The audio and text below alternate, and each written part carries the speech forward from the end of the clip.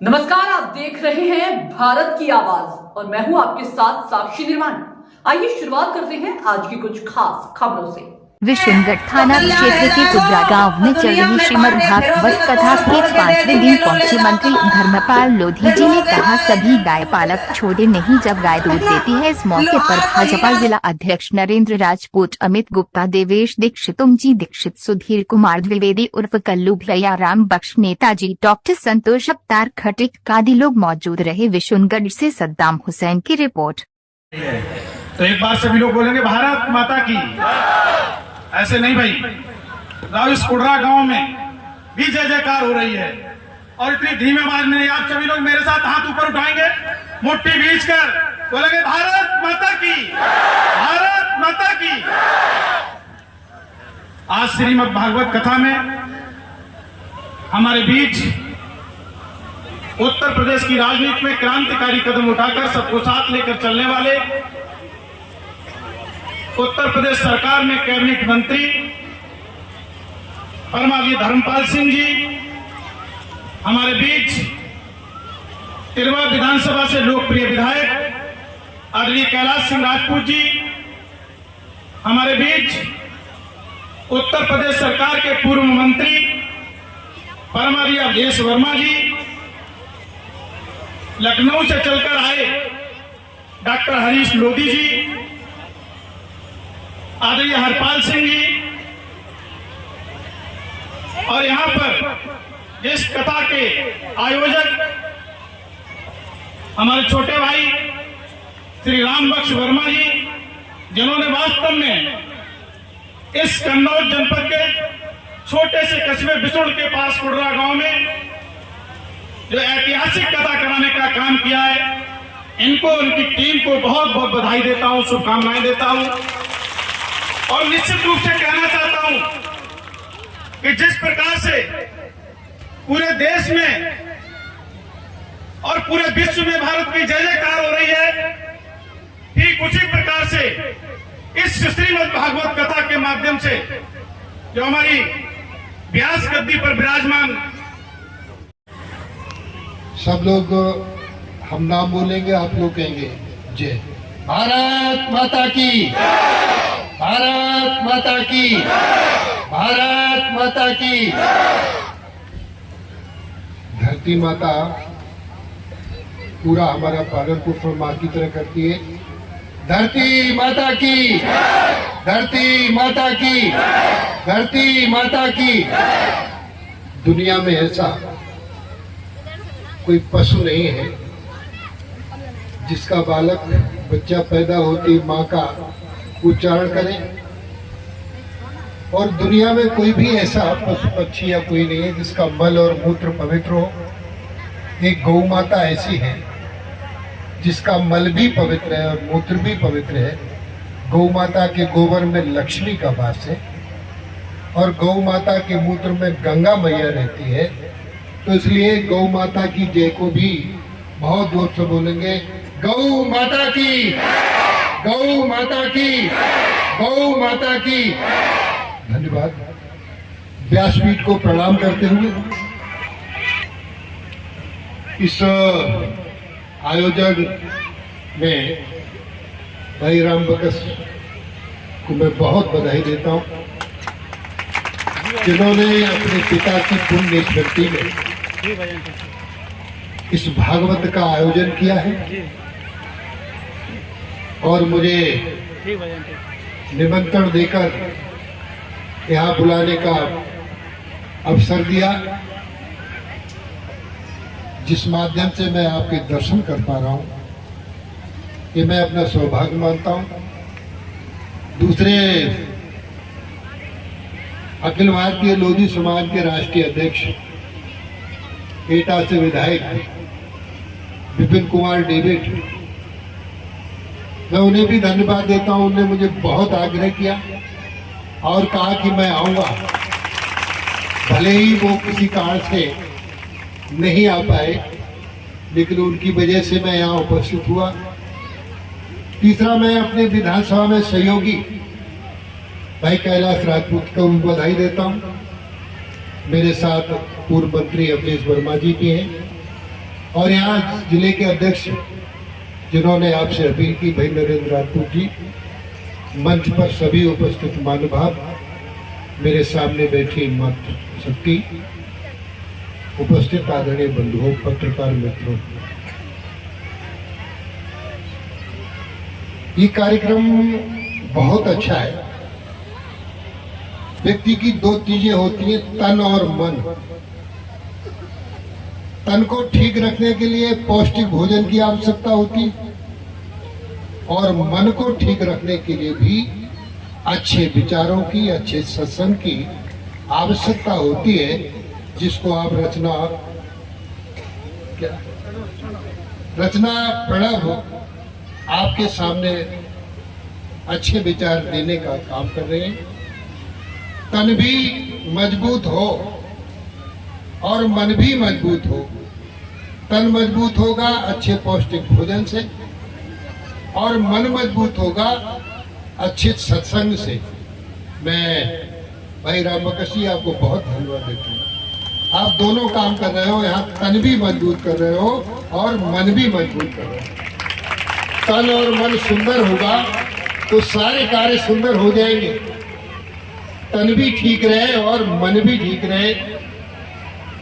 मित्रों, ये व्यासपीठ है, ये वंदनीय है। व्यासपीठ पर बैठना बहुत कठिन काम है, इसलिए मैं पुनः पुनः प्रणाम करते हुए, क्योंकि जिस जगह यहाँ आज ये आयोजन हो रहा है, ये भागवत 7 दिन ही क्यों होती है? रचना जी के अलावा आप लोग बहुत कम जानते होंगे। 5 दिन भी करा सकते थे, 4 दिन भी करा सकते थे, 6 दिन भी करा सकते थे, 9 दिन भी करा सकते थे। 7 दिन ही भागवत क्यों? 7 दिन भागवत इसलिए है कि हम सब लोग अपने जीवन के बंधन में बंधते हैं तो 7 फेरे लेते हैं, जीवन भर बंधे रहते हैं। ये गृहस्थ धर्म का नियम है। ऐसे ही आप यहाँ रोज माताएं बहनें आई होंगी। और आज कौन सा दिन है? नहीं,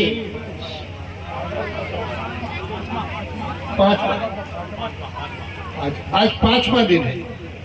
और ये ऐसे समय पर, इस समय चैत्र नवरात्रि भी चले, अब 2 दिन और शेष है। 7 दिन में आप भगवान के बंधन में बंध जाएंगे, जो जीवन आपका पार हो जाएगा। इसलिए आप 7 दिन कथा भागवत सुनने आ रहे। तो इसलिए भाई राम बकश जी आपको बहुत धन्यवाद। इन लोगों का जीवन भी आप उद्धार कर रहे हैं। मित्रों, इस समय कन्नौज में अपने मित्र कैलाश जी से पूछ रहा था कि यहाँ क्या क्या चीज ठीक ठाक है। तो उन्होंने कहा भगवान शंकर का भी मंदिर है, संतोषी अन्नपूर्णा माँ का भी है, और सबसे अच्छा यहाँ कन्नौज का इत्र है। कन्नौज का इत्र की बहुत महक जाती है सुगंध दुनिया में। और सत्संग का इत्र भी बहुत महत्वपूर्ण है, जो जीवन की सुगंध को ठीक बनाने का काम करता है। इसलिए हम अपने जीवन में सुगंध भर दें, अपने जीवन को सत्संग से अच्छा बना लें। तालियों में वो बदलनी, कुछ कंजूसी कर रहे, कुछ ये सोच रहे कि हमारे घर से बजा रही, हम क्यों बजाएं, है ना। तो आज शाम को पत्नी भोजन करे, आप मत करना, ठीक। करतल ध्वनि से तालियां बजा करके अतिथि देवो भव। आए हुए अतिथियों का हार्दिक स्वागत। सभी को राधे राधे। अभी विष्णुगढ़ के पास में कोर्रा ग्राम में जो रामबख्श नेताजी हैं, जिनके पूज्य पिताजी के पुण्य स्मृति में ये कार्यक्रम चल रहा है। बहुत ही भव्य और बहुत ही दिव्य कार्यक्रम है और अपार भक्तों की संख्या आ रही है यहाँ पर, जितना कल्पना नहीं की थी। गांव के स्तर से लोग थे, लेकिन फिर भी उस हिसाब से बहुत दूर दूर से दर्शक आ करके और कथा का श्रवण कर पा रहे हैं। तो समस्त आयोजक टीम को और बड़े भैया रामबख्श नेताजी को मैं साधुवाद दूँ। ऐसे अनूठे अनूठे प्यारे प्यारे भक्तों से हमें मिलाया और कथा श्रवण कराने का अवसर प्राप्त हुआ हमें। तो सभी को बस यही मैसेज देंगे कि सभी कथा से जुड़े रहें। धन कमाएं, खूब धन कमाएं, पर धन का अभिमान ना आने दें। ज्ञानी होना बहुत ज़रूरी है, पर ज्ञान के साथ साथ ज्ञान का अभिमान ना आने दें, ज्ञानाभिमानी ना बने। देह सुंदर हो सभी को प्रिय है देह, पर देहाभिमानी ना बने। देह सबकी सुंदर हो पर देह का अभिमान ना आए। कथा से जुड़े रहें, सदा सेव्या श्रीमद् भागवती कथा को निरंतर सभी श्रवण करते रहें। और अभी 2 दिन की कथा और यहाँ पर रह गई है, जो सप्ताह ज्ञान का अनुष्ठान चल रहा है कुर्रा ग्राम की पावन वसुंधरा पर, रामभक्त नेताजी के यहाँ पर। तो मैं सभी दर्शकों से, सभी महानुभावों से, कथा रसिकों से मैं निवेदन करूं कि कल 6म दिवस है और परसों 7म दिवस है, तो सभी ज़्यादा से ज़्यादा पर संख्या में पधारें और हरिनाम संकीर्तन श्रवण कर जीवन को लाभान्वित करें। सभी को मेरी राधे राधे, जय श्री कृष्ण। को लेकर लगातार सभी सरकार से लेकर सभी लोग प्रयास करते हैं, लेकिन गायों की दशा फिर भी बहुत ही दयनीय है। इस पर क्या कहेंगे? देखिए, ये कहीं ना कहीं हम हिंदुओं की ही कमी है। यदि एक किसान, शहर की बात विशेष ये अलग होती है कि शहरों में इतनी जगह नहीं होती है जहां वो गौपालन कर सकें या जहां उनको रख सकें, उनकी व्यवस्था चारे की कर सकें, उनके लिए गौशालाओं का निर्माण है। पर गांव में किसान को चाहिए कि प्रत्येक किसान यदि एक गाय अपने दरवाजे पर बांध ले तो शायद ये जो गौ हत्याएँ हो रही हैं ये इतनी नहीं होंगी। प्रत्येक किसान को चाहिए कि जब ये दूध खाता है तब तो गाय को अपने दरवाजे पर बांध कर गौ माता बोलता है, पर जब गाय दूध देने की योग्य नहीं रहती है तो उसको छोड़ देते हैं, खेतों पर तार बांध देते हैं। न जाने कैसे कैसे सब ये कर रहे हैं तारों को बांध करके, जिससे गौ माताओं की हत्याएँ हो रही हैं। तो मैं सभी से बस यही अपील करूं कि प्रत्येक किसान को चाहिए कि ज़्यादा नहीं तो 2 गाय अपने दरवाजे पर बांधें। गौ सेवा करेंगे तो सारे देवताओं की सेवा होगी। गौ का मूत्र और गोबर सभी पवित्र होता है, तो जिस दरवाजे पर गाय बनती है वो घर पवित्र होता है। तो मैं सभी से बस एक ही अपील करूँ, एक ही निवेदन करूँ कि ये हो रहे अत्याचार को बचा लें। जब गाय नहीं होगी गोपाल कहाँ होगा? जिस गाय की रक्षा करने के लिए भगवान 11 वर्ष गौचारा लीला करी, उन्होंने गौओं को चराया, आज वही गोपाल कहीं ना कहीं रो रहे हैं। वो गैया आज तड़प रही है, रो रही है कि कहीं ना कहीं हम लोगों की ही कमी है। यदि सब 2-2 गाय दरवाजे पर बांध दें तो ये गौ हत्याएँ बंद हो जाएंगी और उन गौशालाओं की आवश्यकता नहीं पड़ेगी। जो गैया कट रही हैं, मर रही हैं, ये शायद नहीं होगा। तो सभी से मैं यही निवेदन करूँ कि सब अपने दरवाजे पर ज़्यादा नहीं तो एक गाय जरूर बांधें, गौ माता की सेवा करें। किस तरह कार्यक्रम था? आज ये राम भगत जी के द्वारा आयोजित भागवत कथा में आना हुआ। ऐसी कथाएं समाज का एक संगठनात्मक विकास करती हैं। हमारी भारतीय सभ्यता आस्था पर विकसित होती है और सभ्यता और आस्था एक दूसरे के पूरक है। या ऐसे कार्यक्रम समाज को जोड़ने के कार्यक्रम होते हैं और सरकार की भी एक योजना है कि समाज में सभी समरस होकर रहने का काम करें, तभी विकास होगा। आवारा गौवंशों को गौशाला में संरक्षित की बात की गई, कितना सुधार हुआ? देखिए, इस समय उत्तर प्रदेश में 720 करोड़ रुपया जो निराश्रित गौवंश है उसको संरक्षण के लिए बजट में आवंटित किया है और हम शीघ्र ही ये गाय सड़कों पर किसानों के खेतों में दिखाई नहीं दे रही। गौशाला में अन्ना पशुओं की चारा की रकम बहुत कम रखी गई, इसके बारे में क्या कुछ सोचा गया है? ऐसा है, ये तो जो कम रकम नहीं है, ये अनुदान है। ये फंड लोग देते हैं अपनी सहायता से। ये सरकार भी उन्हें 30 रुपये प्रतिदिन के हिसाब से अनुदान देने का काम करती है। पशुधन विभाग की कोई नई योजना है अभी तक? पशुधन विभाग में नई योजनाएं हैं, जैसे किसान की आय दोगुनी करने के लिए बकरी पालन, सुअर पालन, भेड़ पालन, मुर्गी पालन, इनमें कुछ में 50% की छूट है। एक 4 करोड़ की स्कीम है, 30 एकड़ करीब 6 एकड़ ज़मीन चाहिए, इसमें 2 करोड़ रुपए का अनुदान है। करीब कुछ गाय खरीदनी पड़ेंगी अच्छी नस्ल की और इस योजना से किसानों का आय में दोगुनी वृद्धि होगी और ये सब योजनाएं लाभदायक हैं। क्षेत्र में देखा जा रहा अस्पताल एक भी नहीं है, क्या आवारा गौवंश जो घायल होते हैं उनके लिए अस्पताल मिलेगा? अस्पताल हैं, जो अस्पतालों की कमी है उनको पूरा करें। राहुल गांधी की सदस्यता पर अमेरिका और पूरे भारत में हल्ला बोल चल रहा है, क्या कहना है?